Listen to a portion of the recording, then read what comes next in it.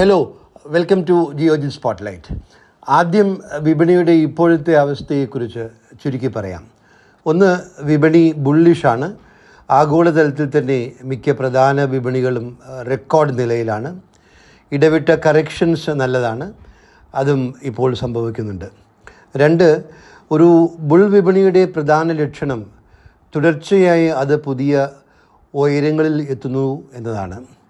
ഇതും സംഭവിക്കുന്നുണ്ട്. ഇന്ത്യയിൽ ഇത് പ്രകടമാണ്. മൂന്ന്, മാതൃവിപണിയായ അമേരിക്കൻ വിപണിയിലെ ഒരു പ്രധാന ഡെവലപ്മെൻറ്റ് അമേരിക്കയിലെ ബോണ്ടുകളിൽ നിന്നുള്ള പലിശ വീണ്ടും ഉയരുന്നു എന്നതാണ്. ഇപ്പോൾ 10-year ബോണ്ട് yield 4.36% ഈ വിധം ബോണ്ട് yields ഉയരുമ്പോൾ FIIs കൂടുതൽ വിൽപ്പന നടത്തും. എന്നാൽ ഇത് ഇന്ത്യൻ വിപണിയെ കാര്യമായി ബാധിക്കാനിടയില്ല. കാരണം ഇപ്പോൾ ഇന്ത്യൻ വിപണിയിൽ FIIസിൻ്റെ സ്വാധീനം ഗണ്യമായി കുറഞ്ഞു വരികയാണ്. ഡൊമസ്റ്റിക് ഇൻസ്റ്റിറ്റ്യൂഷണൽ ഇൻവെസ്റ്റേഴ്സ് DIIസും HNIസും റീറ്റെയിൽ ഇൻവെസ്റ്റേഴ്സുമാണ് ഇന്ത്യൻ വിപണിയിലെ ഇപ്പോഴത്തെ പ്രധാന മാർക്കറ്റ് പ്ലെയേഴ്സ്. എങ്കിലും FIIs വലിയ തോതിൽ വിൽക്കുമ്പോൾ അവർക്ക് വലിയ ഹോൾഡിങ്സ് ഉള്ള മേഖലയിലെ സ്റ്റോക്സിൽ വിലയിടിവ് ഉണ്ടാകും. വിപണിയിൽ തിരുത്തലുകൾ ഉണ്ടാകുമ്പോൾ നിക്ഷേപകർ എന്തു ചെയ്യണം? ഈ ബുൾ മാർക്കറ്റിൻ്റെ ഒരു പ്രത്യേകത ബൈ ഓൺ ഡിപ്സ് സ്ട്രാറ്റജി, വില കുറയുമ്പോൾ വിപണി താഴുമ്പോൾ വാങ്ങുക എന്ന തന്ത്രം എപ്പോഴും വിജയിച്ചിട്ടുണ്ട് എന്നതാണ്. എന്തെങ്കിലും നെഗറ്റീവ് ഡെവലപ്മെൻറ്റ്സിൻ്റെ ഫലമായി മാർക്കറ്റ് താഴുമ്പോൾ നല്ല ഓഹരികൾ വാങ്ങിച്ചാൽ പിന്നീട് വിപണി തിരിച്ചു കയറുമ്പോൾ നിക്ഷേപകർക്ക് അതിൻ്റെ ഗുണം കിട്ടും.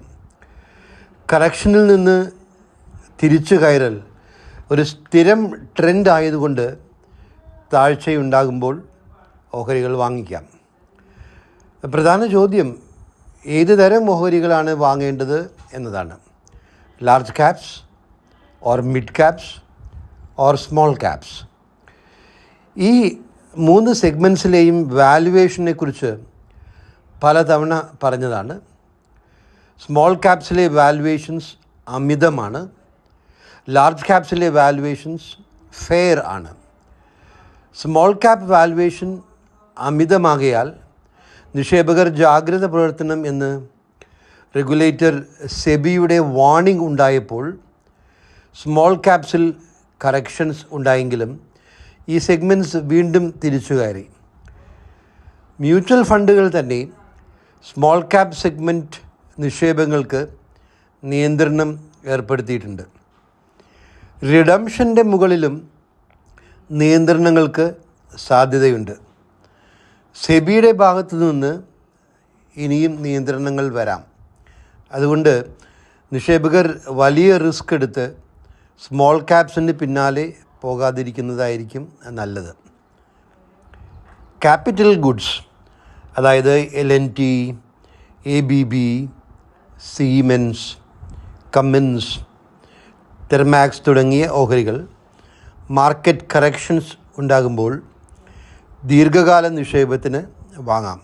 ഓട്ടോ സെഗ്മെൻറ്റ്സിലെ മുൻനിര ഓഹരികളും പ്രത്യേകിച്ച് Maruti, Tata Motors, Bajaj auto, M&M എന്നിവയും ശക്തമാണ്.